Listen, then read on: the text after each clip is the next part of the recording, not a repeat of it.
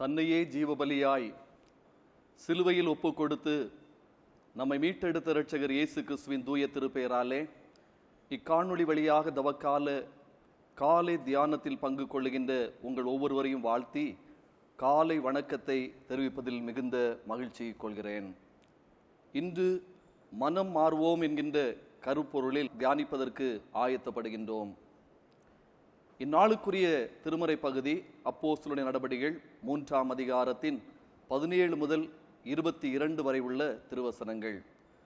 தியானத்திற்காக தரப்பட்டுள்ள திருவசனம் அப்போஸ்தலர் 3ஆம் அதிகாரத்தின் 19 மற்றும் 20ஆம் வசனங்கள்.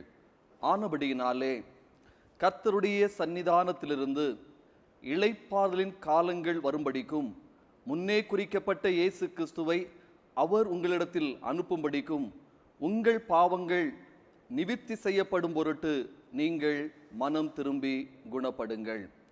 1900 முதல் 1925 வரை உள்ள காலத்தில் திருநெல்வேலி மற்றும் கன்னியாகுமரி மாவட்ட மக்களால் பரபரப்பாக பேசப்பட்ட கொள்ளையன் வீர செம்புலி என்ற பெயருக்கும் புகழுக்கும் சொந்தமான செம்புலிங்கம். இவர் வள்ளியூரின் அருகில் உள்ள வடலிவிள்ளை என்னும் கிராமத்தை சொந்தமாக கொண்டவர். வலிமையான நெஞ்சம், அச்சமறியாத வாழ்வுக்கு சொந்தக்காரர், பல்வேறு விதமான சாகசங்களை செய்யும் ஆற்றல் பெற்றவர் இந்த செம்புலிங்கம். அன்று நடைமுறையில் இருந்த வரி பணத்தை செலுத்தாததால் செம்புலிங்கம் உயர்குடியினரால் விரோதிக்கப்பட்டு வீட்டில் வைத்திருந்த பணம் மற்றும் நகைகளை திருடினார் என்று பொய் குற்றம் சாட்டப்பட்டு சிறையில் அடைக்கப்பட்டார்.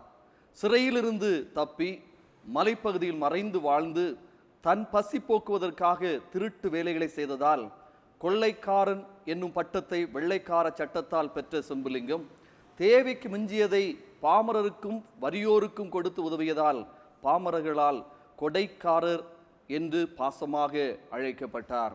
காட்டுக்குள் பதுங்கி வாழ்ந்த செம்புலிங்கத்தின் வீர சாகசங்களையும் தான செயல்களையும் காவல்துறையினர் அவனது உயிரை குடித்துவிட துடித்த செய்தியையும் அறிந்த எமி கார்மிகேல் அம்மையார் செம்புலிங்கத்தை சந்தித்து அவனது ஆத்துமாவை எப்படியாகிலும் மீட்க வேண்டும் என்னும் முனைப்போடு அவனுக்காக பல நாட்கள் ஜெபித்து சிரமங்களின் மத்தியில் அவனை சந்தித்து பேசினார். அம்மையாரின் அன்பால் கவரப்பட்ட செம்புலிங்கம் தான் சந்தித்த இன்னல்கள் எல்லாவற்றையும் அவரிடம் கொட்டி தீர்த்தான். அதை கேட்டறிந்த அம்மையார் இயேசு கிறிஸ்துவின் அன்பின் செய்தியை சுருக்கமாக அவனுக்கு எடுத்துரைத்து அவனுக்காக ஜெபித்தார். கிறிஸ்துவின் அன்பை அம்மையாரின் வழியாய் அனுபவமாக்கி கொண்ட செம்புலிங்கம் மனம் மாற்றம் பெற்றவனாய் தற்பாதுகாப்பு கன்றி வேறு எதற்கும் தன் துப்பாக்கியை தொடுவதில்லை என வாக்குறுதி கொடுத்ததோடு கிறிஸ்துவுக்காக வாழ்ந்து பிறரையும் கிறிஸ்துவின் அன்புக்கு நேராக வழிநடத்தி சாட்சியானான். இன்று நமக்கு தரப்பட்டுள்ள திருமறை பகுதியில் கிறிஸ்துவோடு வாழ்ந்த நாட்களில் மனம் பதறி மறுதலித்து போன பேதுரு தன் வாழ்வின் அனுபவத்தோடு மனம் திரும்புதலையும் மன மாற்றத்தையும் ஏற்படுத்த அழைப்பு கொடுக்கின்றார். அதாவது இருதயங்களையும் மனதையும் மாற்றிக்கொள்ளுங்கள், பாவ வழிகளிலிருந்து விலகி கடவுளிடம் திரும்புங்கள் என்கிறார். திருமறையிலே ஆதியாகமம் 6ஆம் அதிகாரத்தில் நோவாவின் நாட்களில் மனுக்குலத்திற்கு மனம் திரும்புதலின் செய்தி உரைக்கப்பட்டது. ஆனால் அது ஏற்றுக்கொள்ளப்படாததால் அழிவு நிகழ்ந்தது. பின் நியாயாதிபதிகளை கொண்டும் தீர்க்கதரிசிகளை கொண்டும் மனம் மாறுதலின் அவசியம் அறிவுறுத்தப்பட்டும் அவைகள் மனுக்குலத்தால் நிராகரிக்கப்பட்டதால் பிதா தனது ஒரே மைந்தனாகிய கிறிஸ்துவை இவ்வுலகில் தர சித்தமானார். புதிய ஏற்பாட்டின் காலத்தில் கிறிஸ்துவுக்கு வழியை ஆயத்தப்படுத்தின யோவான் ஸ்நானகரின் முதல் போதனையே மனம் திரும்புங்கள் என்பதுதான். மத்தேயு 3ஆம் அதிகாரத்தின் 2ஆம் வசனத்தில் இதை நாம் படிக்கின்றோம். இயேசு கிறிஸ்துவின் முதல் போதனையும் மனம் திரும்புங்கள் என்பதுதான். மத்தேயு 4ஆம் அதிகாரம் 17ஆம் வசனம் மற்றும் மார்க் 1ஆம் அதிகாரத்தின் 15ஆம் வசனம். இயேசு கிறிஸ்துவின் பரமேறுதலுக்கு பின் அப்போஸ்தலரின் காலத்தில் பேதுரு அப்போஸ்தலரின் முதல் போதனையும் மனம் திரும்புதலை குறித்ததுதான். அப்போஸ்தலர் 2ஆம் அதிகாரத்தின் 38ஆம் வசனத்திலே நாம் இதை படிக்கின்றோம். நமக்கு தரப்பட்டிருக்கின்ற திருமறை பகுதியில் சொல்லப்பட்டிருப்பது பேதுரு அப்போஸ்தலன் 2ஆம் மனம் திரும்புதலின் போதனையாகும். இந்த திருமறை பகுதியின் பின்னணியத்தை நாம் கவனிப்போமேயானால் தேவாலயத்தில் இருந்த முடவனை குணப்படுத்திய பேதுருவின் செயலை கவனித்து பேதுருவிடம் ஓடி வந்தவரிடம் பேதுரு அப்போஸ்தலர் 3ஆம் அதிகாரத்தின் 12 முதலுள்ள வசனங்களில் சொல்லுகிறார், இதை குறித்து நீங்கள் ஆச்சரியப்படுகிறது என்ன? நீங்கள் எங்களை நோக்கி பார்க்கிறது என்ன? நம்முடைய பிதாக்களின் தேவன் தம்முடைய பிள்ளையாகிய கிறிஸ்துவை மகிமைப்படுத்தினார். அவரை நீங்கள் மறுதலித்தீர்கள். அவரை நீங்கள் சிலுவை மரணத்திற்கு ஒப்பு கொடுத்தீர்கள். ஜீவாதிபதியை கொலை செய்தீர்கள். அவரை தேவன் மரித்தோரிலிருந்து எழுப்பினார். அதற்கு நாங்கள் சாட்சிகள். அவருடைய நாமத்தை பற்றிய விசுவாசமே இந்த முடவனை பலப்படுத்தியது, அவனுக்கு சர்வாங்க சுகத்தை தந்தது. நீங்களும் உங்கள் அதிகாரிகளும் அறியாமையினாலே இவைகளை செய்தீர்கள். இயேசு கிறிஸ்துவை விசுவாசிக்கின்ற போது அவர் வழியாய் கிடைக்கும் வல்லமையையும் கிருபையையும் அவர்களுக்கு எடுத்துரைத்து நீங்களும் உங்கள் அதிகாரிகளும் இத்தகையான நிலையிலிருந்து மனம் திரும்பி குணப்படுங்கள் என்று அழைக்கிறார். அப்போஸ்தலர் 3ஆம் அதிகாரத்தின் 19 மற்றும் 20 ஆகிய வசனங்களில் பேதுரு அப்போஸ்தலன் மனம் திரும்பி குணப்படுவதற்கு 3 காரியங்களை முதன்மைப்படுத்துகின்றார். 1, இளைப்பாறுதலின் காலம் வரும்படிக்கும். 2, இயேசு கிறிஸ்துவை உங்களிடத்தில் அனுப்பும்படிக்கும். 3, பாவங்கள் நிவர்த்தி செய்யப்படும் பொருட்டும் இத்தகைய மனமாற்றத்தில் நாம் வளர வேண்டும் என்கிறார். இறையியலாளர் மோல்ட்மேன் மனம் திரும்புதல் மனிதன் இதயத்தில் துவங்கி கடவுளின் இதயத்தில் நிறைவடைகிறது என்கிறார். மனம் திரும்புதலின் நோக்கம் வருத்தப்படுவது மட்டுமல்ல, பாவத்திலிருந்து விலகி கடவுளிடம் திரும்பி மன்னிப்பை தேடி அவருடைய பிரசன்னத்தின் ஆசீர்வாதங்களை அனுபவிப்பதாகும். அதாவது மனதில் தீர்மானம் எடுத்து சரியான திசைக்கு திரும்பி நடப்பதாகும். இந்த மனம் திரும்புதலை நாம் சொந்தமாக்க வேண்டுமானால் தீர்மானம் எடுத்து தவறை திருத்தி தவறான பாதையிலிருந்து திரும்பி சரியான பாதைக்கு நேராய் சென்று நிலைத்திருப்பதாகும். இதனை நாம் லூக்கா 15ஆம் அதிகாரத்தில் சொல்லப்பட்டுள்ள இளைய குமாரன் ஓமையின் வாயிலாக அறிந்து கொள்ளலாம். தன் வாழ்வில் எல்லாம் இழந்து புத்தி தெளிந்த போது தனக்குள் ஒரு தீர்மானம் எடுக்கிறான் இளைய குமாரன். தவறை திருத்துகிறான், தவறிய பாதையிலிருந்து திரும்புகிறான், சரியான பாதைக்கு செல்கிறான் தகப்பனை சந்திக்கும் பொருட்டாக.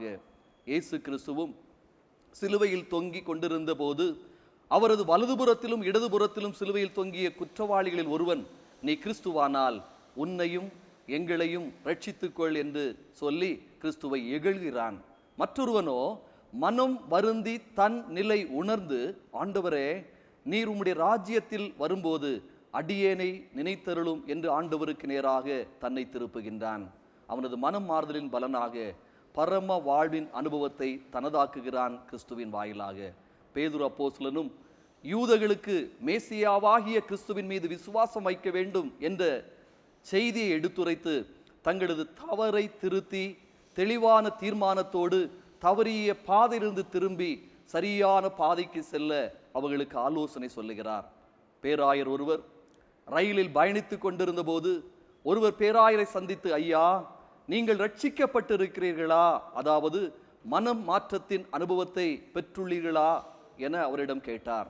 பேராயரோ மறுதரமாக, நான் தினம் தினம் ரட்சிக்கப்பட்டு கொண்டே இருக்கிறேன், அதாவது மனம் மாற்றத்தின் அனுபவத்தை அனுதினமும் சொந்தமாக்கி கொண்டே இருக்கிறேன் என்றாராம். மனம் மாறுதல் என்பது ஒரே தரம் நடந்து ஒரே நாளில் முடிவுறுகின்ற நிகழ்வு அல்ல. மாறாக அனுதினமும் ஆண்டவரோடு ஐக்கியம் கொண்டிருக்கும் அவசியத்தை உணர்ந்து மனம் வருந்தி பாவத்தை விட்டொழிந்து மனம் மாறுதலின் அனுபவத்தை உடனாக்கி கிறிஸ்துவுக்கு நேராக திரும்பி கிறிஸ்துவோடு வாழ்வதாகும்.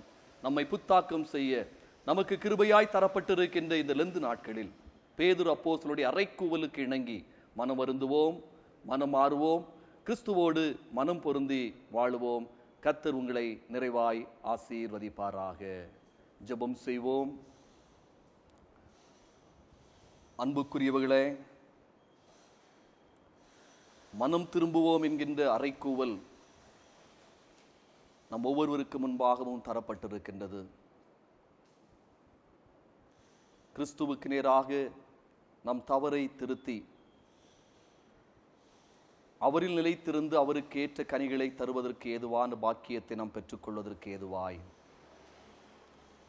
பேதுருவின் அனுபவத்தோடு அப்போஸ்தலருடைய நாட்களில் நிகழ்ந்தேறிய நிகழ்வை நம் வாழ்வோடு கூட ஒப்பீடு செய்து நம்மை ஆண்டவருடைய கரங்களில் அர்ப்பணித்து நாம் அவரை நோக்கி வேண்டுதல் செய்வோம்.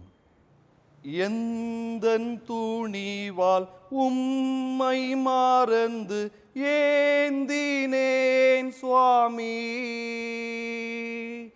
எந்தன் துணிவால் உம்மை மறந்து ஏந்தினேன் சுவாமி, இப்போ சிந்தனை கொண்டு சேவடி வந்தேன் சேப்பி என்னை என்றும், இப்போ சிந்தனை கொண்டு சேவடி வந்தேன் சேப்பி என்னை என்றும்,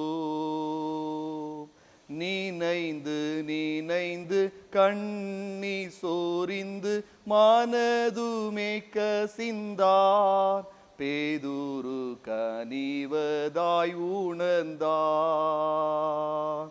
நினைந்து நினைந்து கண்ணி சோரிந்து மனதுமே கசிந்தார், பேதுரு கனிவதாய் உணர்ந்தான்.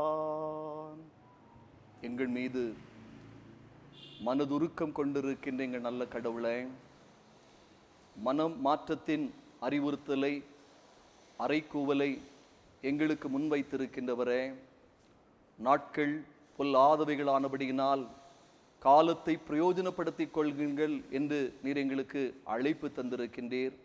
உம் வருகையின் காலம் சமீபமாயிருக்கிறது. நாங்கள் அதற்கு முன்பாக நாங்கள் மனம் வருந்தி மனம் திருந்தி தம்மோடு ஐக்கியப்பட்டிருப்பதற்கு ஏதுவாக எங்களுக்கு தரப்பட்டிருக்கின்ற தருணங்களை நாங்கள் மிக அன்போடு அங்கீகரித்து ஏற்று உமக்கு பிரியமானவர்களாய் நாங்கள் வாழ்ந்திருப்பதற்கு ஏதுவான கிருபைகளை தாரும். தொடர்ச்சியாய் இந்த லெந்து நாட்கள் எங்களை புத்தாக்கம் செய்கின்ற அனுபவத்தை எங்களுக்கு ஏற்படுத்துகின்றதாக அமைந்திருக்க பண்ணும். விசேஷித்த விதமாக நீர் எங்களுக்கு தந்திருக்கின்ற இந்நன்னாள் மகிழ்வை தருகின்ற ஒரு நாளாய், பாதுகாப்பை தருகின்ற ஒரு நாளாய், உம்மில் பயபக்தியோடு பரிசுத்தத்தோடு உம்மை பின்பற்றுகின்றதற்கு ஏற்றதான நாளாய் அமைந்திருக்க எங்களுக்கு அருள் தர வேண்டும் என்று எங்களுக்காய் பாடுகளை ஏற்று மரித்து உயிர்த்து என்றும் ஜீவிக்கின்றவராக இருக்கின்ற இரட்சகர் இயேசுவின் திருப்பெயராலே வேண்டி நிற்கின்றோம். ஜெபம் கேட்டருளும் நல்ல பிதாவே, ஆமேன்.